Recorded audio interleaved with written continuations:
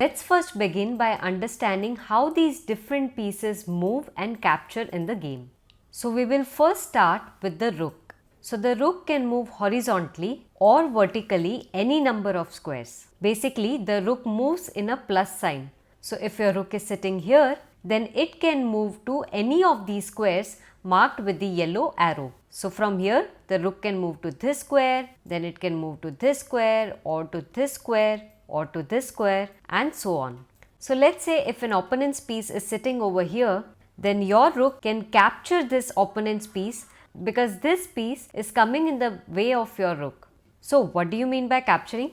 So as you can see, since your rook is sitting here, it can go to all of these squares, right? But since this opponent's piece is coming in the way of your rook, then your rook can capture this opponent piece, meaning that piece will have to leave the board and his place will be occupied by your piece, like this.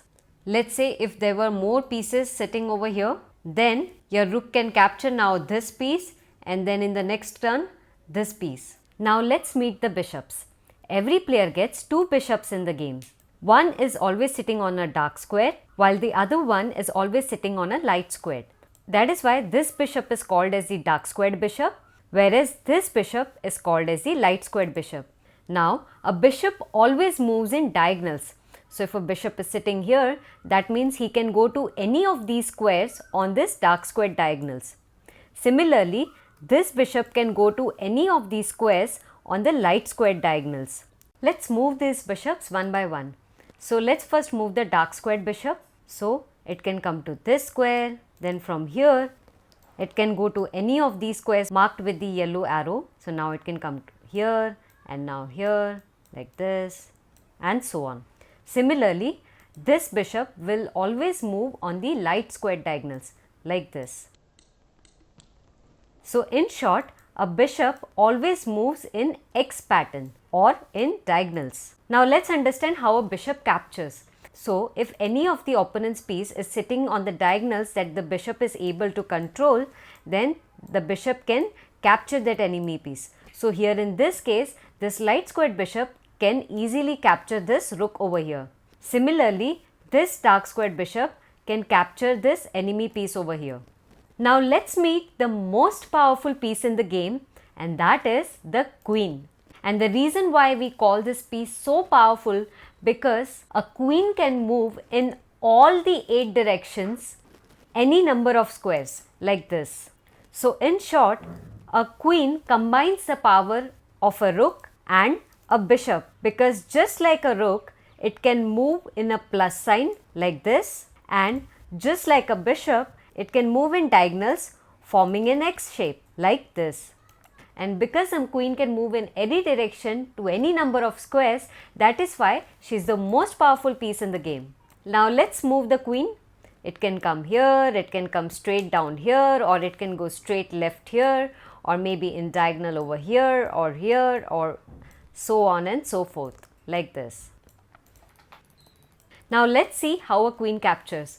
So if any of the opponent's piece is sitting on a square which the queen is able to control, then the queen can capture that piece. So here you can see the opponent's rook is sitting on a square which the white queen is controlling. So now the white queen can capture this rook, then she can capture this bishop over here, then she can capture this piece, then this queen, and then this pawn. Always remember that in chess, in one turn you can capture only one piece. You cannot capture multiple pieces in one turn.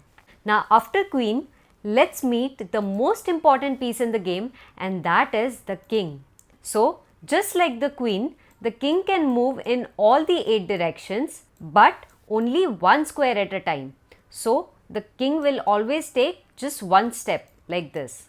And the king captures in the same way it moves, just like this. Now let's meet the most interesting chess piece on the board, and that is the knight. Yes, we call this piece as a knight and not a horse. And the reason why this is most interesting is because the way it moves is very unique. So the knight moves in an L-shaped pattern consisting of 2 squares in one direction and then 1 square at a right angle, like this. So if the knight is sitting here, it can come to any of these two squares. Similarly, the knight can come to any of these two squares or any of these two squares or any of these two squares. So in short, if the knight is sitting here, it can go to any one of these squares marked with the red color. So let's move our knight. So the knight can come to this square. From here, it can go to any one of these squares. Notice how beautifully it is forming an L-shaped pattern to all of these squares. So let's get our knight here. From here, it can move to any one of these squares. So the knight can now come to this square, and now from here to this square, and so on and so forth. Now an interesting thing about knight is that it is the only chess piece on the board that can jump over other pieces. So if your knight is sitting here, then it can jump over this bishop and can come to any of these two squares. So let's get our knight to this square, and now from here it can jump over this opponent's rook over here and can come to any of these squares. So let's make our knight jump over this opponent piece like this. Now let's see how a knight captures.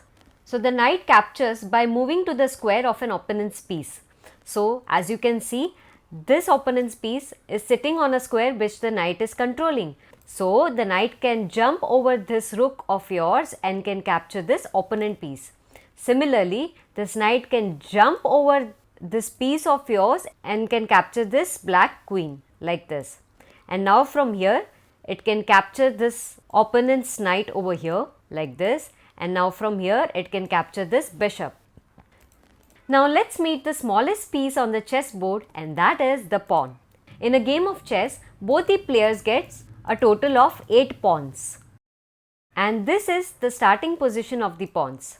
So a pawn, just like a soldier in the army, always moves forward and never takes a step back. So a pawn always moves one step forward like this. But here we have one special rule, and that is that if the pawn is starting from its home square like this, as you can see, all of these white pawns are sitting on their home squares. So if you move, let's say, this pawn forward, so you get an option either to move one square forward or directly 2 squares forward. So let's say if you want to move directly 2 squares forward, then you can do so. Similarly, now all of these black pawns are sitting on their home squares. So if black wants, he can move this pawn either 1 square or he can move directly 2 squares forward. Now it is white's turn. Now let's say white wants to move this pawn again. So how many steps it can move forward? Well, since this pawn is not sitting on its home square, it has already moved from its home square. That is why now in the game it can move only 1 step forward at a time. Similarly, if black wants to move this pawn now, since it's not sitting on the home square, it will now move only 1 square forward like this. So pawn always moves 1 square forward, but if they are sitting on the home square, then they have the option of moving directly 2 steps ahead. Easy? Now let's see how a pawn captures. So let's say white now moves this pawn 1 square ahead, and now it's black's turn. So can black capture this pawn? Well, yes, because pawns always move forward, but when it comes to capturing, they always capture 1 step diagonally like this. Now it is white's turn. So can white capture this black pawn? Yes, because pawns always move 1 step forward, but when it comes to capturing, they capture 1 step diagonally. Now let's say black moves this pawn ahead. Let's say white decides to capture this pawn. Let's say black doesn't capture this pawn and he moves his pawn directly 2 steps ahead. And now white moves this pawn forward. And now it's black's turn. Black moves this pawn forward, and now it's white's turn, and now white decides to move this pawn ahead. And now what? This pawn has reached the end of the board. You already know that pawns cannot move backward. And now this pawn doesn't have any place to capture any opponent piece diagonally. So what will this pawn do over here lying on the edge of the board? What happens when a pawn reaches the end of the board? So when a pawn reaches the end of the board, it gets promoted. And you can promote that pawn into any of these 4 pieces. You can promote it into a queen, a knight, a rook, or a bishop. Now why is this promotion happening and what exactly is a promotion? Basically, when you get your pawn to the other side of the board, that pawn leaves the board and he gets replaced by any of these 4 pieces that you choose from. So let's say I want a queen in this game, so I can select a queen, and now that pawn has left the board and it has been replaced by a queen. Let's come back. Let's say I don't want a queen on the board, but I want rook. So I can select a rook over here, and now my pawn has been replaced by a rook. So this particular rule is called as pawn promotion in chess. Now let me show you how to set up the chessboard. First of all, place the board between the 2 players so that each player has a light colored square on the right. Now set up the pieces as follows. Place the rooks on the corners, followed by the knights next to them, then the bishops. Now place the queen on the remaining square of her color, so white queen on a white square and black queen on a black square, and the king is placed beside the queen. And now the pawns are placed in front of your main army. Now let's understand some other basic chess concepts. So the first concept is check. So what is a check? So in chess, when you attack the opponent's king, it is called as a check. So here the white rook has come to this square and is now attacking the black king. So this move is called as check. So when your king comes under a check, the player whose king is under check must make his king safe from this attack. So in other words, when you get a check, how can you get out of this check? So there are 3 ways of getting out of check. The first is to move your king to a safe square. Now since all of these squares are being controlled by the rook, the safe squares that the black king has are these 4 squares. So the king can come to any one of these 4 squares and can get himself out of this check. Let's go back. Now the second way of getting out of check is to capture the threatening piece. So here, since this rook is attacking this king, black can capture this rook with his knight like this. And in this way the black king has now gotten safe. Let's go back. And now the third way to get out of check is to place a piece between the king and the threatening piece. So basically you can get any of your piece and block this check. So here in this case, this knight can come on this square and block this check. So by coming here, he is blocking the check by the rook to the king. So the king is no longer in danger. Now let's learn the most important concept of chess, and that is checkmate. So what is a checkmate? So checkmate occurs when a player's king is in check, but there is no legal move to remove this threat. So here the white queen has come to this square and has now checked the black king. That means the white queen is attacking the black king. Since black's king is in danger, he must do something to make his king safe. But here the king cannot come to any of these squares because all of these squares are under the control of white's queen. So the king cannot move to safety. Also, there is no black piece that can capture this white queen, as well as there is no black piece that can come in the midway to block this check. So since the king is not able to do anything to make himself safe and get out of this check, it is therefore this game has been checkmated. So that means the game has ended and black has lost the game because he is not able to defend his king in any way. When you play the game of chess, sometimes the game might end up in a draw. And in chess, there are 5 ways to draw a game. So let's look at the first way, and that is stalemate. So let's understand stalemate with the help of this example.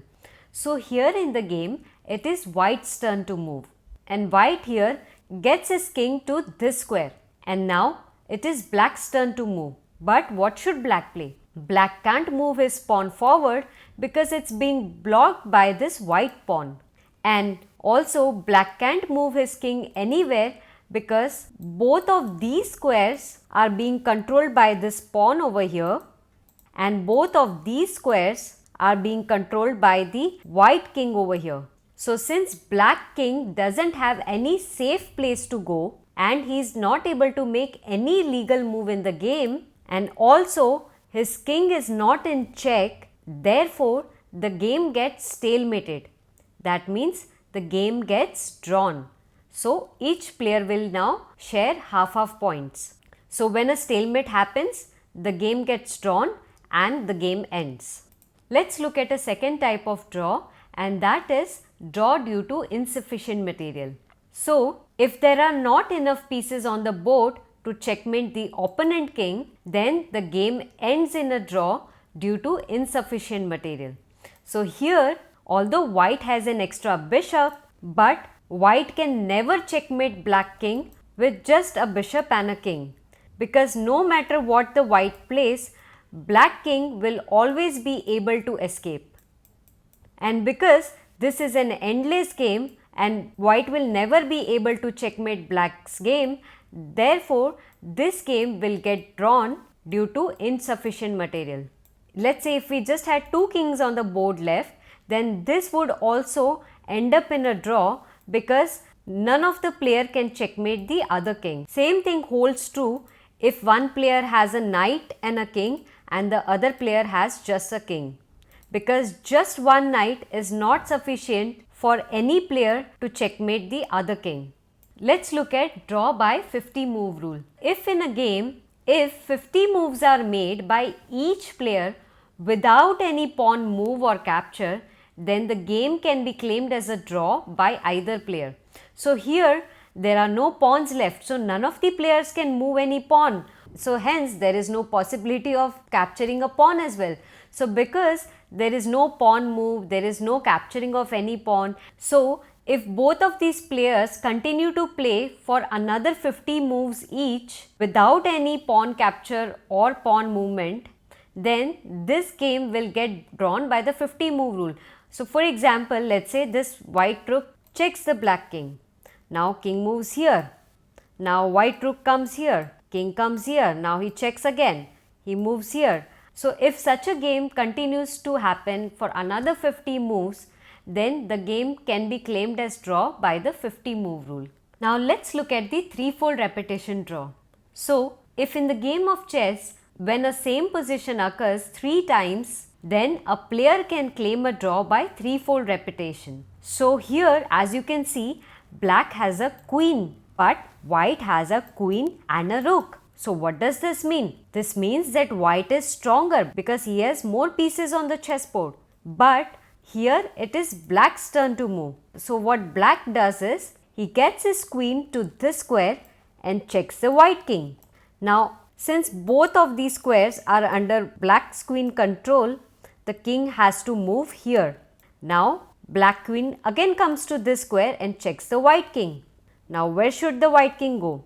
He cannot go to any of these squares because all of these squares are under black queen's control. So he has to move back here. And now she comes again here and checks the white king. Now see, this position has occurred in the game for the second time, because first time the queen came here and gave check, then she came here and now she came back again here. So this particular position has occurred for the second time. Now the king is forced to again go back to this position. Black queen checks again. King moves here. Black queen checks again. And now this exact same position has occurred for the third time, because an exact same position has occurred 3 times in this game. Therefore, the player playing with the black pieces can now claim a draw by the threefold repetition rule. Another type of draw in chess is draw by agreement. So what is draw by agreement? Well, players can agree to a draw at any point during the game if they both agree that the position is equal, or if they want to avoid a potential loss. Now let's understand some special moves in chess. The first one is castling. So castling is a special move that allows the king to move 2 squares towards a rook like this, while the rook moves to the square right next to the king like this.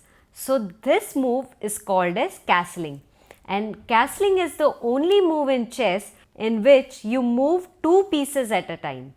Let's castle this king as well. So this king can either castle with this rook or with this rook. Now let's castle this side of the board. So the king will move two squares toward the rook, while the rook will move to the square next to the king, like this. So what is the difference between these two castlings? One is this side, other is this side. So let's see. So as you can see, the distance here between the king and the rook is 3 squares, while the distance here is just 2 squares. So because this distance is shorter, we call this castling as the king side castling or the short castling. And when the king castles with this side of the rook, which is far away from him, we call as the queen side castling, because queen sits on this square, right? So because this rook is sitting on the queen side of the board, that is why we will call this as queen side castling or the long castling, because this is a long way to castle. Now let's understand some basic rules for castling. Now the first rule is there should be no pieces in between the king and the rook. So here if you see, if the white king decides to castle, he cannot castle king side because there is this bishop sitting over here that is coming in the way of the king and the rook. So the king cannot castle king side. So if the white king wants, he can castle to the queen side because there are no pieces in between the king and the rook. Similarly, the black king cannot castle on the queen side because the knight is coming in the way. So that is why black king will have to castle on the king side. The second rule is that if a player wants to castle in the game, then he has to make sure that neither his king nor his rook has moved in the game. So here if you see white's condition, the white king has already moved from his original square, and because the king has moved, he has lost the right to castle. That means even if he wants to castle, he cannot castle in the game because he has already moved his king once in the game. Similarly, for black, if you see, he has not moved his king, but he has moved this rook. So if black wants to castle, he cannot castle on the queen side because this rook has already been moved in the game. So if he wants, he will have to castle only on the king side. Now let's look at the third rule. The third rule is that the king should not be in check when he wants to castle. So here if you see, the black queen is attacking the white king. So can white castle on either side of the board? Well, right now he cannot castle because he is under check. So what should he do? First, he should block the check. So let's move our pawn one step forward and block this check. Now the queen moves back here, and now the white king can castle either on the queen side or on the king side. The fourth rule is that the king should not pass through a check while castling. So here the white king wants to castle, but on which side should he castle? So if the white king wants, he can castle safely on the king side. But let's say if he wants to castle queen side, then he cannot do so. And why he can't castle on the queen side?